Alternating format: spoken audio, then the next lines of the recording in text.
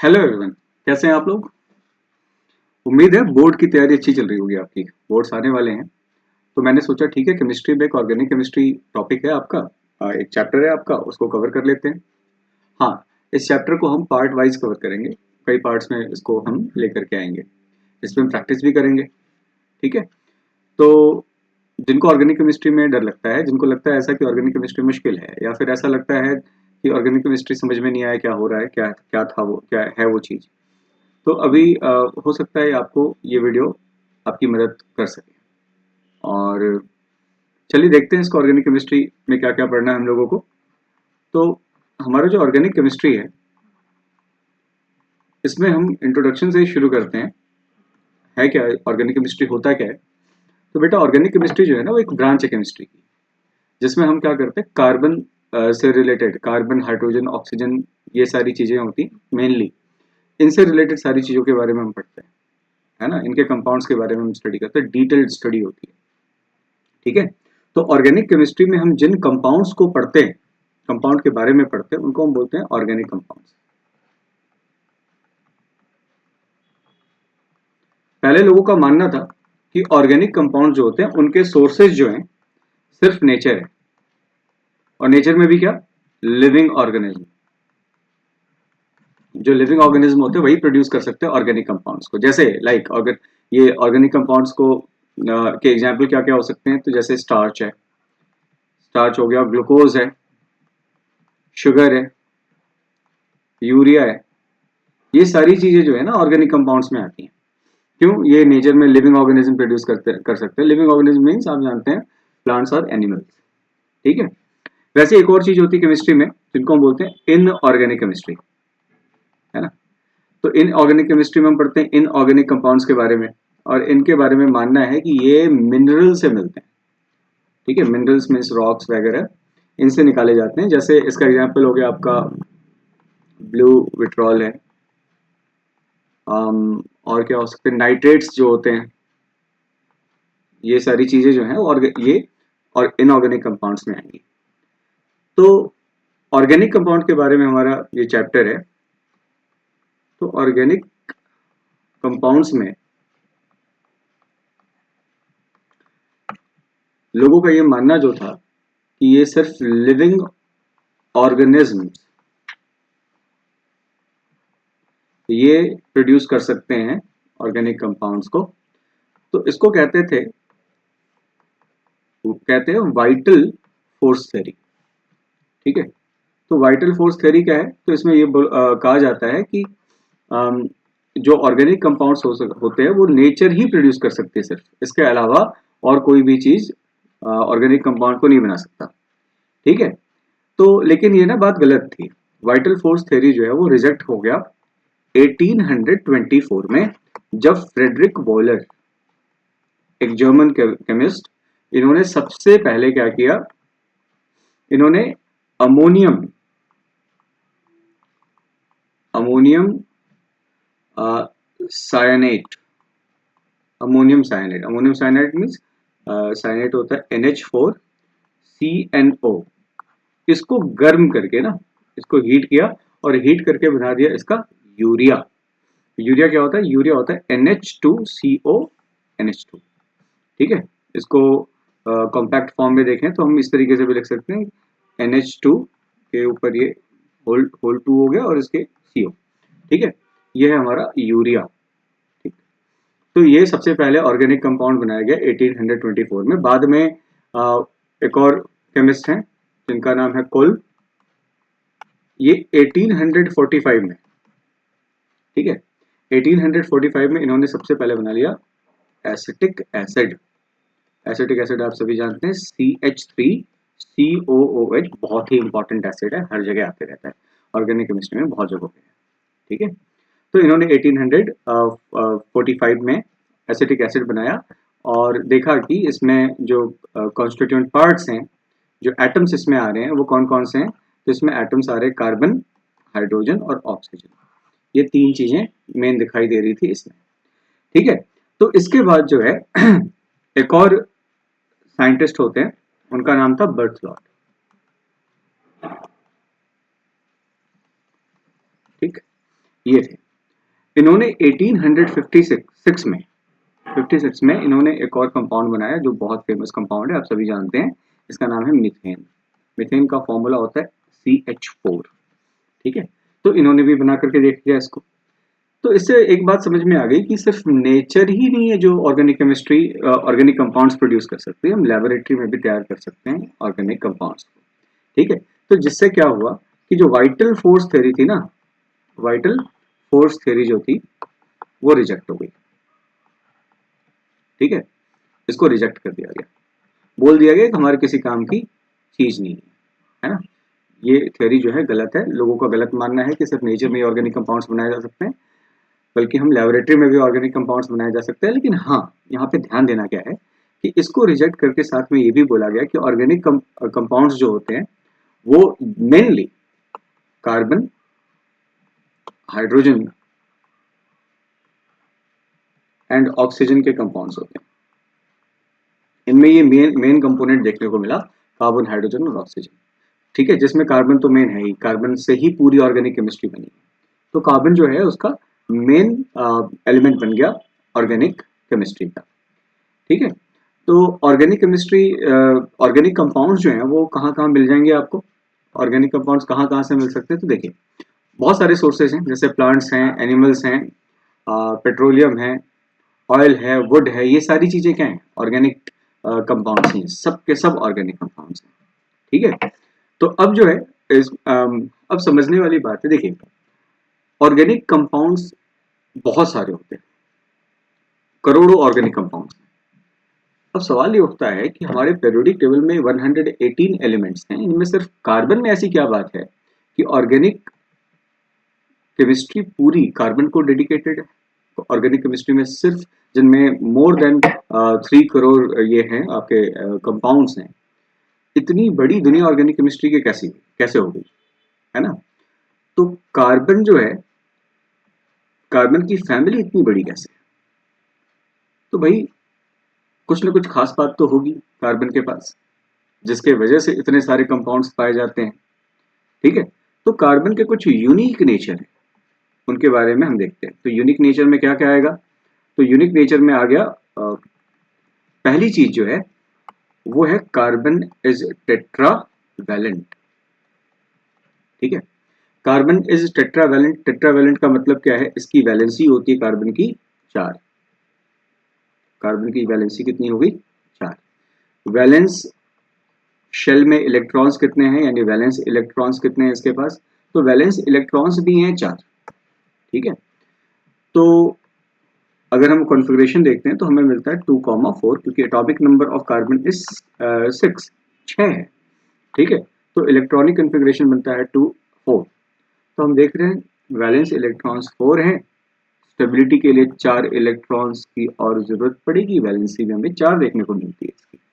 ठीक है, तो टेट्रावैलेंट है कार्बन। तो टेट्रावैलेंट से होने से क्या हुआ? तो टेट्रावैलेंट होने से फायदा ये हुआ कि इसके पास, इसकी स्टेबिलिटी के लिए, ये तो सारे के सारे इलेक्ट्रॉन को डोनेट भी नहीं कर सकता और 4 इलेक्ट्रॉन को एक्सेप्ट भी नहीं कर सकता।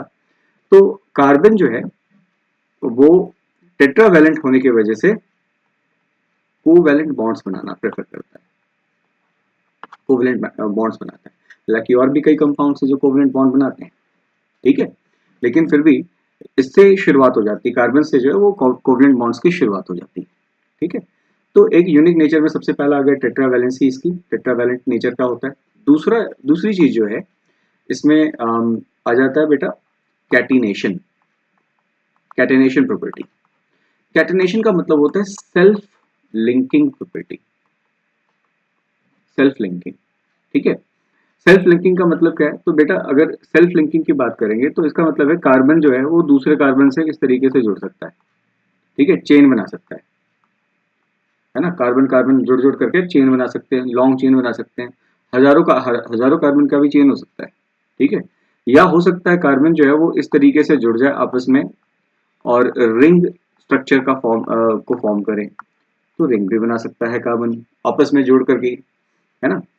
और इसके अलावा हमें कार्बन के कई ब्रांच वाले कंपाउंड भी नजर आते हैं, जैसे ये हो गया चेन, और इसमें हो सकता है कार्बन का एक ब्रांच अलग से निकल आया। ठीक है, तो यहाँ पे हम देख रहे हैं कि कार्बन जो है वो इस तरीके से भी जुड़ सकता है, इस तरीके से भी जुड़ सकता है, इस तरीके से भी जुड़ सकता है। तो इसकी जो सेल्फ लिंकिंग प्रॉपर्टी है, इसको बहुत सारे अलग अलग तरह के स्ट्रक्चर बनाने में मदद करती है। ठीक है, यानी कैटिनेशन प्रॉपर्टी की वजह से ये अलग अलग स्ट्रक्चर को फॉर्म कर सकता है। इसीलिए ये दूसरा फैक्टर हो गया जिसके वजह से कार्बन के बहुत सारे कंपाउंड्स पाए जाते हैं। ठीक है, एक और फैक्टर है कि ठीक है भाई, कोवलेंट और भी चीजें होती हैं, सेल्फ लिंकिंग की प्रॉपर्टी सल्फर के पास भी होती है, लेकिन कार्बन में सबसे ज्यादा कंपाउंड्स होने की वजह एक और है, वो ये है कि कार्बन का साइज जो है वो स्मॉल है, स्मॉल रेडियस होता है इसका।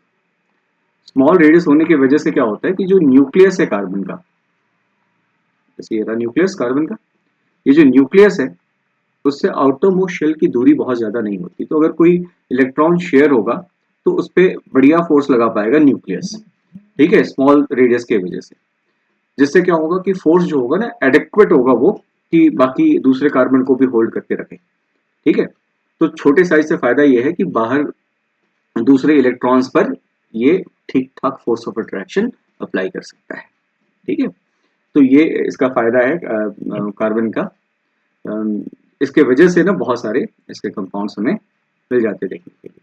तो कैटिनेशन की प्रॉपर्टी हो गई। और भी वजह, जैसे ये तो हो गया चेन, रिंग और ब्रांच तो हो गया। रिंग को हम लोग साइक्लिक भी बोलते हैं, साइकिल फॉर्म करना या रिंग फॉर्म करना। ठीक है, इसके अलावा कार्बन जो है ये 3 तरह के कोवलेंट बॉन्ड्स बनाता है। जैसे कार्बन और कार्बन के बीच में आपको सिंगल बॉन्ड भी दिखाई देंगे बनते हुए। ठीक है, तो सिंगल बॉन्ड वाले कंपाउंड भी आपको कार्बन के मिल जाएंगे। ठीक है, कार्बन और कार्बन के बीच में आपको डबल बॉन्ड वाले कंपाउंड्स भी मिल जाते हैं, यानी कार्बन और कार्बन के बीच में डबल बॉन्ड भी फॉर्म होता है। माफ कीजिएगा, ये एक्स्ट्रा मिल गया है, ये इसको इस तरीके से रखना है। ठीक है, 4 बॉन्ड होने चाहिए पूरे। ठीक, तो 4 बॉन्ड हैं इसके, सॉरी डबल बॉन्ड बन गया ये। तो डबल बॉन्ड भी बनाया जा सकता है, कार्बन जो है डबल बॉन्ड भी फॉर्म कर सकता है। ठीक है, ये भी ऐड हो गया कार्बन के लिए। कार्बन जो है वो कार्बन दूसरे कार्बन के साथ ट्रिपल बॉन्ड भी फॉर्म कर सकता है। ठीक है, तो ट्रिपल बॉन्ड वाला ऑप्शन भी इसके लिए ओपन है। तो कार्बन जो है आपस में 3 तरह के बॉन्ड बनाते हैं, सिंगल, डबल और ट्रिपल। हाँ, अब सवाल ये आता है कि क्या कार्बन और कार्बन के बीच में 4 बॉन्ड्स बन सकते हैं? नहीं, कार्बन और कार्बन के बीच में 4 बॉन्ड्स नहीं बन सकते। क्यों नहीं बन सकते? इसके पीछे वजह है। देखिए, इसको हम 4 बॉन्ड्स जो हैं वो पॉसिबल नहीं है। क्यों नहीं है भाई? तो वजह क्या है कि देखिए, जो बॉन्ड्स होते हैं उनमें होते हैं इलेक्ट्रॉन्स। ठीक है, तो अगर ये 4 इलेक्ट्रॉन्स को शेयर करेंगे तो क्या होगा, इसकी स्टेबिलिटी जो है ना कार्बन की वो डिक्रीज हो जाएगी काफी ज्यादा। क्यों? क्योंकि इतने सारे इलेक्ट्रॉन्स अगर इकट्ठे होंगे एक जगह पे, तो जिसके जिसके वजह से क्या होगा, इनके बीच में हिंड्रेंस आ जाएगी। ठीक है, हिंड्रेंस आ जाएगी, एक दूसरे को धक्का मार के भगाने लग जाएंगे, क्योंकि इलेक्ट्रॉन्स तो नेगेटिव नेचर के होते हैं, सारे इलेक्ट्रॉन्स नेगेटिव नेचर के होंगे, और सारे इलेक्ट्रॉन्स एक दूसरे को झेल नहीं पाएंगे, एक दूसरे को धक्का मार के भगाने लग जाएंगे, जिससे क्या होगा, हिंड्रेंस आ जाएगी, और इस हिंड्रेंस की वजह से स्टेबिलिटी डिक्रीज हो जाएगी। ठीक है, तो कार्बन जो है वो 4 बॉन्ड नहीं बनाता, आपस में 4 बॉन्ड नहीं बनाते, यानी 2 कार्बन के बीच में 4 बॉन्ड आपको नहीं मिलेंगे देखने के लिए। 1 बॉन्ड होगा, 2 बॉन्ड होगा, 3 बॉन्ड होगा, चौथा बॉन्ड पॉसिबल नहीं है। कार्बन कार्बन ये क्वाड्रपल बॉन्ड नहीं बनता, डबल बॉन्ड, ट्रिपल बॉन्ड ठीक है। ठीक है, अच्छा, कार्बन एंड कार्बन के बीच की बात तो हो गई।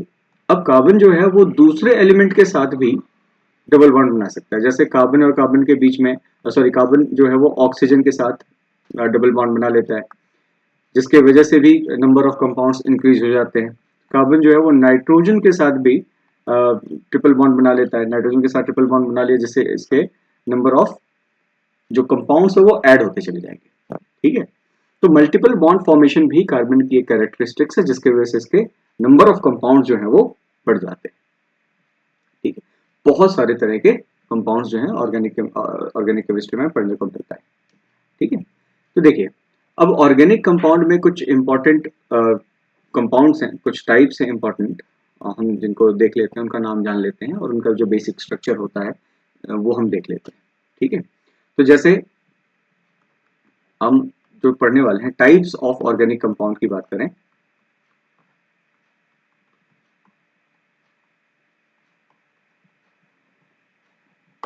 देखिए तो जैसे सबसे पहले जो है वो होते हैं हमारे हाइड्रोकार्बन्स। ठीक है, हाइड्रोकार्बन्स का मतलब है कि ऐसे कंपाउंड्स जिनमें कार्बन और हाइड्रोजन ही होंगे, सिर्फ और सिर्फ कार्बन एंड हाइड्रोजन होंगे उसमें। ठीक है, ऐसे कंपाउंड को हम हाइड्रोकार्बन बोलते हैं। कार्बन और हाइड्रोजन के अलावा और कुछ भी नहीं होगा वहां पे। ठीक है, तो ऐसे कंपाउंड्स जितने भी होंगे ना, हम सबको हाइड्रोकार्बन कहा जाएगा। अब इसमें टाइप बढ़ जाता है। जैसे हाइड्रोकार्बन जो हैं वो 3 तरह के होते हैं। ठीक, जो पहला है वो है अल्केन, अल्केन्स होते हैं। फिर दूसरे होते हैं अल्कीन्स। हम बारी बारी से ना इनके बारे में डिस्कस करेंगे। ठीक है, पहले अभी मैं बस बता देता हूँ कौन कौन से टाइप्स हैं। फिर होते हैं बेटा अल्काइंस। ठीक, तो जो अल्केन्स होते हैं इनमें होता है कार्बन और कार्बन के बीच में सिंगल बॉन्ड। ठीक है, कार्बन और कार्बन के बीच में सिंगल बॉन्ड मिलेगा। अल्कीन्स में कार्बन और कार्बन के बीच में डबल बॉन्ड दिखाई देता है, ये अल्कीन्स हो गए। और कार्बन और कार्बन के बीच में जब ट्रिपल बॉन्ड्स होते हैं, 3 बॉन्ड्स होते हैं, तो हम इनको अल्काइंस कहते हैं। तो ये हाइड्रोकार्बन के 3 टाइप्स हैं। ठीक है, तो हम इसके बारे में डिटेल्ड डिस्कशन करेंगे हम आगे। ये टॉपिक है हमारा हाइड्रोकार्बन। हाइड्रोकार्बन के बाद अगर हम आगे आए तो अगला टॉपिक, अगला जो टाइप है वो है अल्कोहल। अल्कोहल, अल्कोहल वो होंगे ना जिसमें कार्बन कंपाउंड के साथ आपको OH ग्रुप नजर आएगा, लगा हुआ OH लगा हुआ आएगा। ठीक है, तो OH अगर किसी भी कंपाउंड में नजर आ रहा है तो उसका मतलब क्या है कि वो अल्कोहल हो सकता है। ऑर्गेनिक कंपाउंड की बात कर रहा हूँ मैं, तो ये अल्कोहल भी आएगा हमारे सिलेबस में, है पढ़ना है। ठीक है, फिर है एल्डिहाइड्स। ठीक है, ये भी मजेदार है।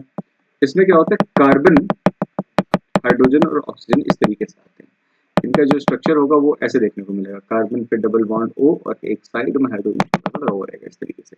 ये एल्डिहाइड्स हैं। ठीक है, फिर होते हैं कीटोन्स। कीटोन्स जो है वो ये हैं, कार्बन इस साइड जगह खाली है, डबल बॉन्ड O, फिर दूसरी तरफ भी जगह खाली है, दोनों तरफ कार्बन के चेन आने वाले। ठीक है, तो इनको हम कॉम्पैक्ट फॉर्म में, मैंने यहाँ उल्टा लिख दिया है। ठीक है, चलो इस तरीके से भी लिख सकते हैं।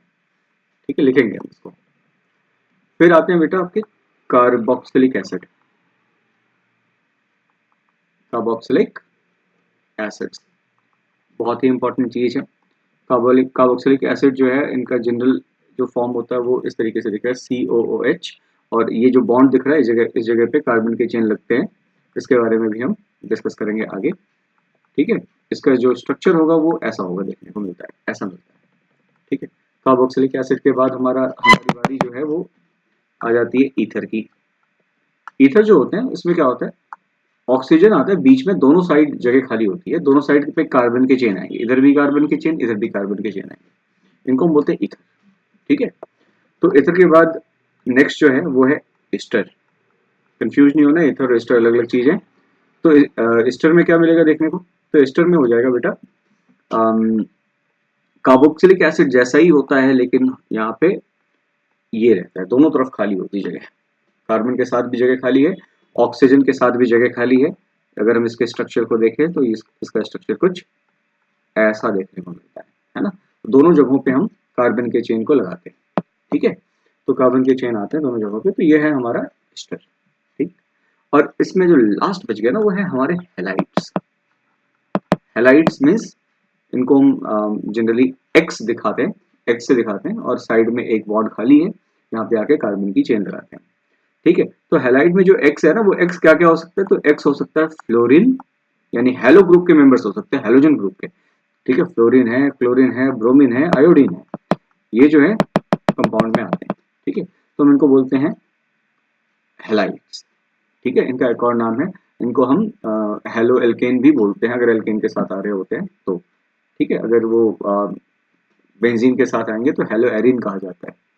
ठीक, तो ये तो टाइप हो गए। अब बारी बारी से है ना हाइड्रोकार्बन्स के बारे में पढ़ लेते हैं फटाफट। ठीक है। तो हाइड्रोकार्बन्स क्या क्या है भाई, तो देखिए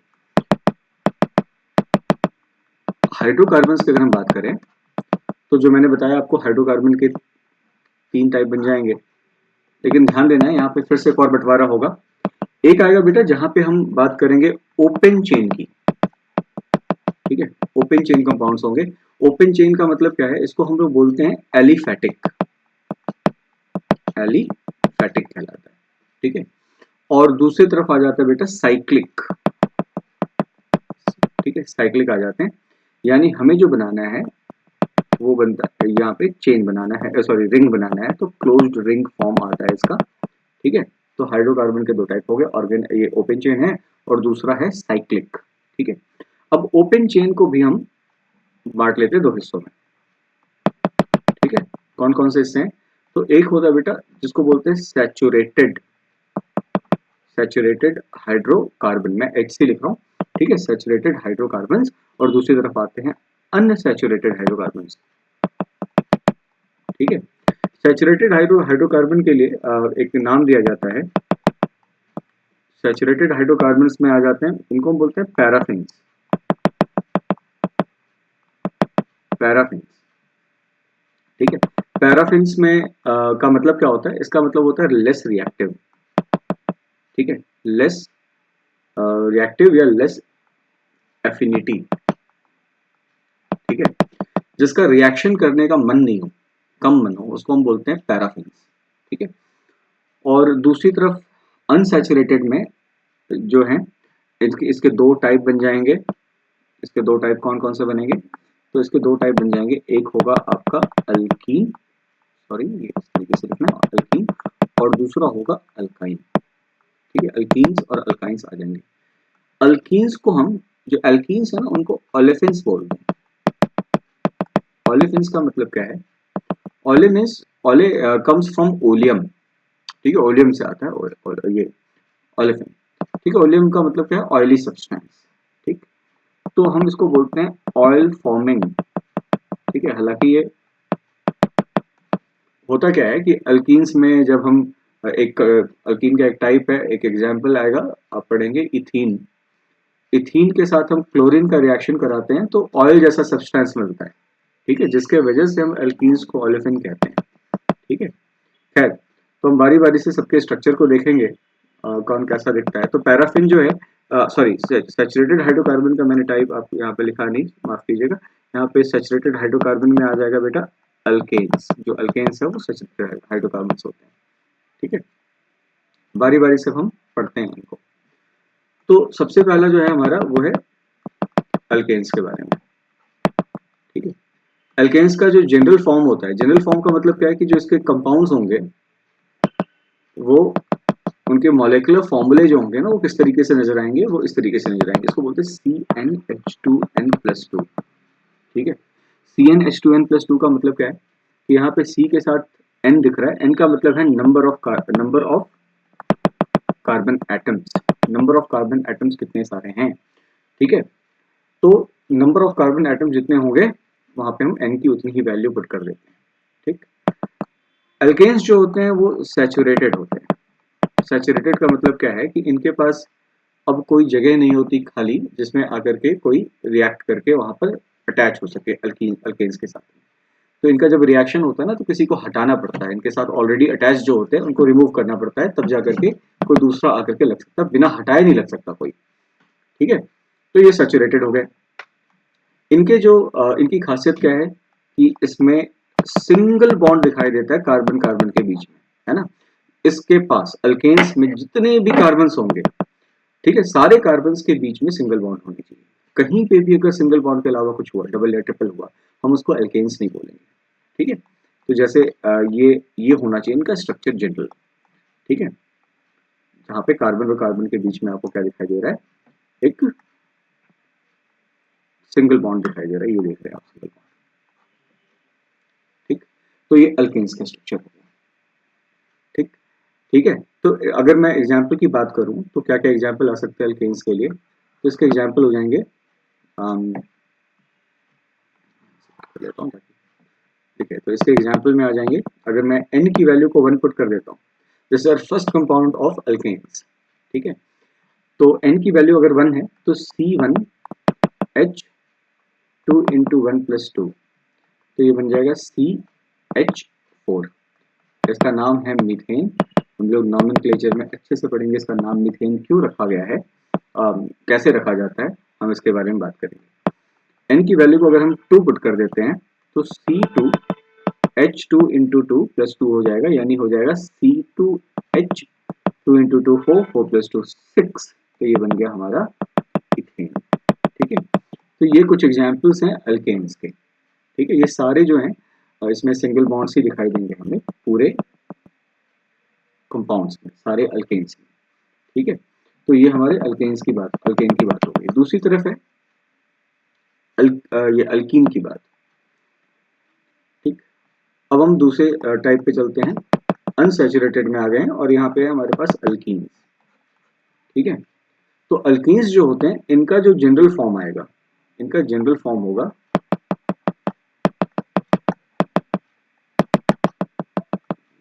ये थोड़ा सा, इसका जनरल फॉर्म होता है CnH2n, ये CnH2n, ठीक है। तो CnH2n हो गया इसका। ये अनसैचुरेटेड होते हैं। अनसैचुरेटेड का मतलब ये है कि कार्बन के पास अभी भी एक ऐसा बॉन्ड होगा ना जो तोड़ करके, जिसको कोई नया आकर के कुछ अटैच होना चाहे तो वहां पे अटैच हो सकता है, तो वो अनसैचुरेटेड कहला रहा है। इसके वजह से सैचुरेशन नहीं आई है ना, अभी कंप्लीटनेस नहीं आई है, ठीक है। तो ये अनसैचुरेटेड हो गए। अब इसके बाद अनसैचुरेटेड में, अच्छा इसका जनरल फॉर्म तो ये रहा। अब जो है इसमें कार्बन और कार्बन के बीच में डबल बॉन्ड होना चाहिए। पूरे कंपाउंड में कम से कम एक जगह पे ऐसा होगा कि जहां पे कार्बन और कार्बन के बीच में डबल बॉन्ड नजर आएगी, ठीक है। कार्बन और कार्बन के बीच में कहीं और नहीं, ठीक है।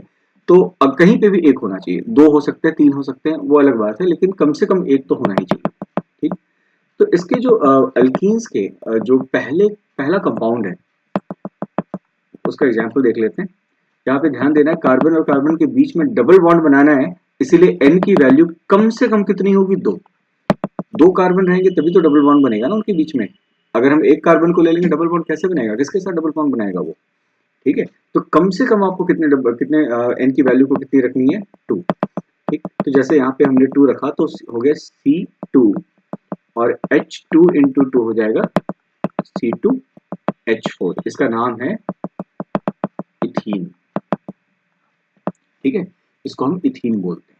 हम लोग ये कंपाउंड्स के नाम के बारे में आगे स्टडी करेंगे, नॉमेनक्लेचर में हमें बहुत सारी चीजें पढ़नी है इसके बारे में, ठीक है।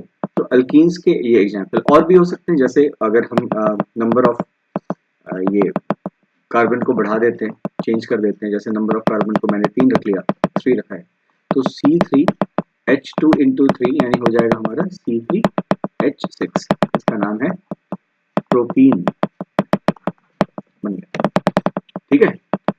अब है बेटा अल्कीन्स के बाद अब आती है बारी अल्काइंस की, ठीक है। अल्काइंस जो है इनका जनरल फॉर्म होता है CnH2n-2। देखो ये जो H से पहले क्या था, H के साथ 2 अटैच था, यहाँ पे H2n+2, इसका मतलब 2 हाइड्रोजन हम अलग दे रहे हैं। फिर इसमें 2 हाइड्रोजन और कम हो गए क्योंकि +2 गायब हो गया। अब 2 हाइड्रोजन और कम कर दिया हमने ताकि एक और बॉन्ड बन सके, है ना, क्योंकि 2 हाइड्रोजन जाएंगे तो एक जगह दोनों कार्बन के पास एक जगह खाली होगी, और जो जगह खाली होगी वहां पर एक बॉन्ड बन जाएगा, इसलिए 2 हाइड्रोजन कम होते जा रहे हैं, ठीक है। सिंपल सी बात है। तो अल्काइंस में क्या है भाई, तो अल्काइंस के लिए ये भी अनसैचुरेटेड होते हैं, ये भी अनसैचुरेटेड होते हैं।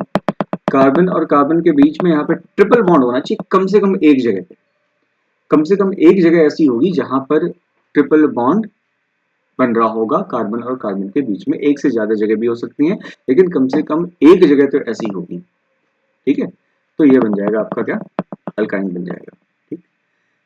ये सारी चीजें तो ठीक है, आपको ध्यान देना है क्या कि जब भी आप बॉन्ड फॉर्म कर रहे हैं तो कार्बन कार्बन के बीच में जितने भी बॉन्ड फॉर्म हो रहे होंगे उसके बाद जो जगह बचेगी कार्बन जो है वो मैक्सिमम 4 बॉन्ड बना सकता है, ये 4 बॉन्ड फॉर्म कर सकता है, यानी 4 जगहों से अटैच हो सकता है।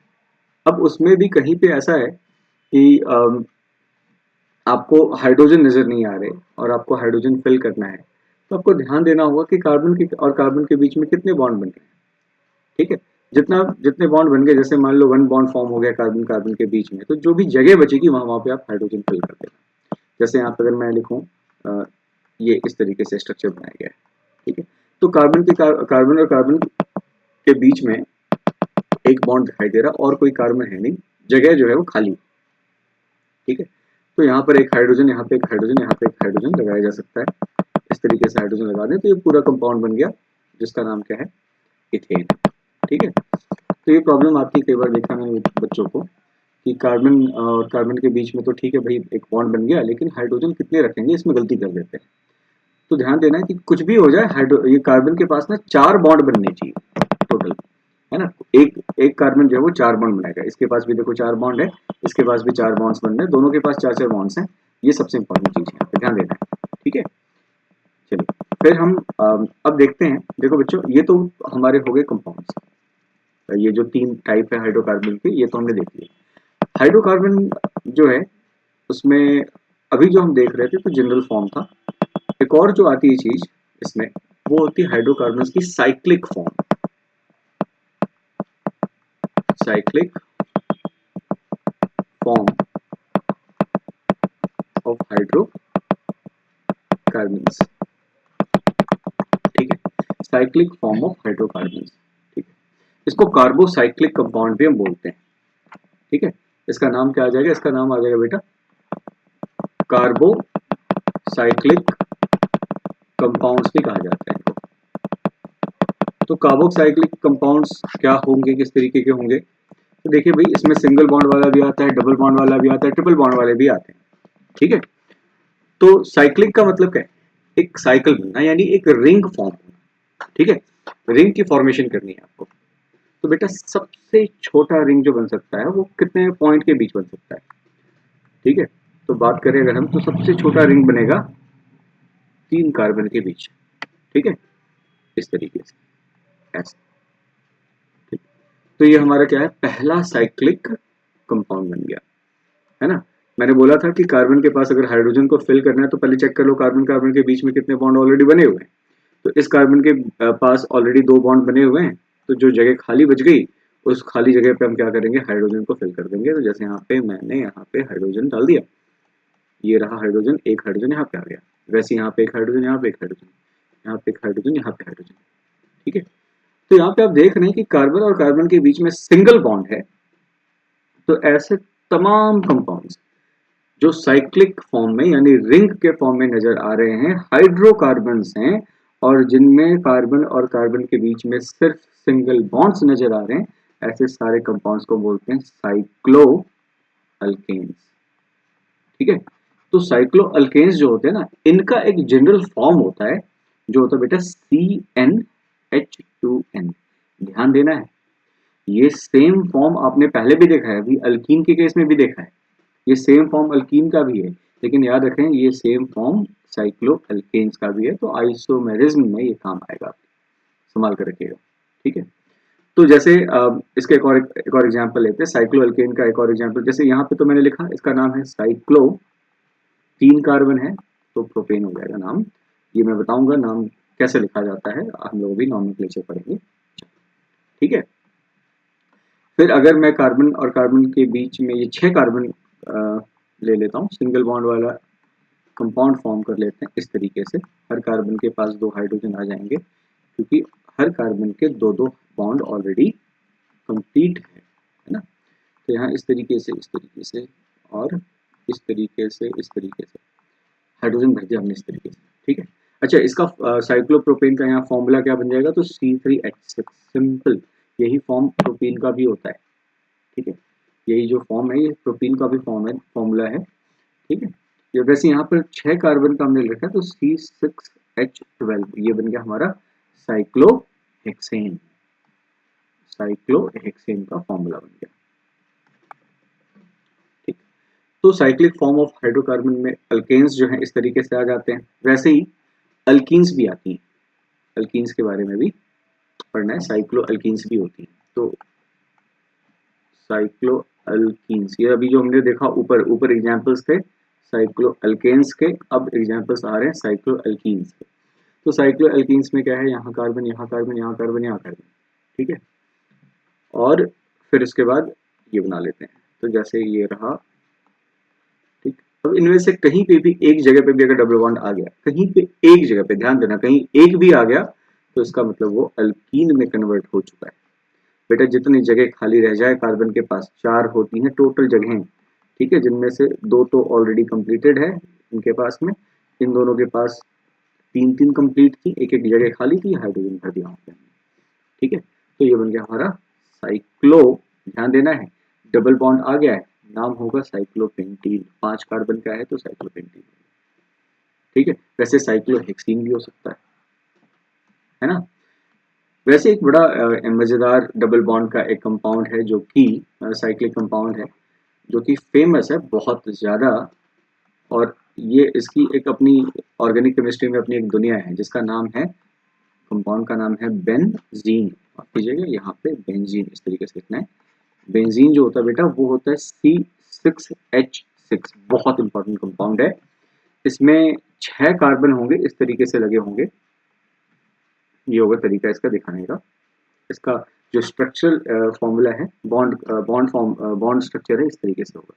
और यहाँ पे मजेदार बात क्या है कि ऑल्टरनेट पोजीशन पे ट्रिपल बॉन्ड होते हैं, ठीक है। तो अगर मैं इसको ओपन करके दिखाऊं इस तरीके से, अगर स्ट्रक्चर को ओपन करें हम, तो ये एक 6 कार्बन इस तरीके से आपको ड्रॉ करना होगा, और यहाँ पे सिंगल सिंगल बॉन्ड पहले ड्रॉ कर लें, और ऑल्टरनेट पोजीशन पे डबल बॉन्ड बना लें, जैसे यहाँ बना लें, फिर यहाँ बना लें, फिर यहाँ बना लें, एक को छोड़कर दूसरे को डबल बॉन्ड बना लें। अब यहाँ पे जितने भी कार्बन है ना, सबके 3 बॉन्ड पहले से ही कंप्लीट है, तो जो जगह खाली है चौथी जगह, उसमें हाइड्रोजन भर दीजिए, तो हर कार्बन को एक एक हाइड्रोजन मिल जाएगा, तो ये बन गया बेंजीन। बेंजीन की दुनिया ही अलग है। बेंजीन से बने हुए कंपाउंड्स जो होते हैं बेटा वो कहलाते हैं एरोमेटिक कंपाउंड्स, ठीक है, एरोमेटिक कंपाउंड्स।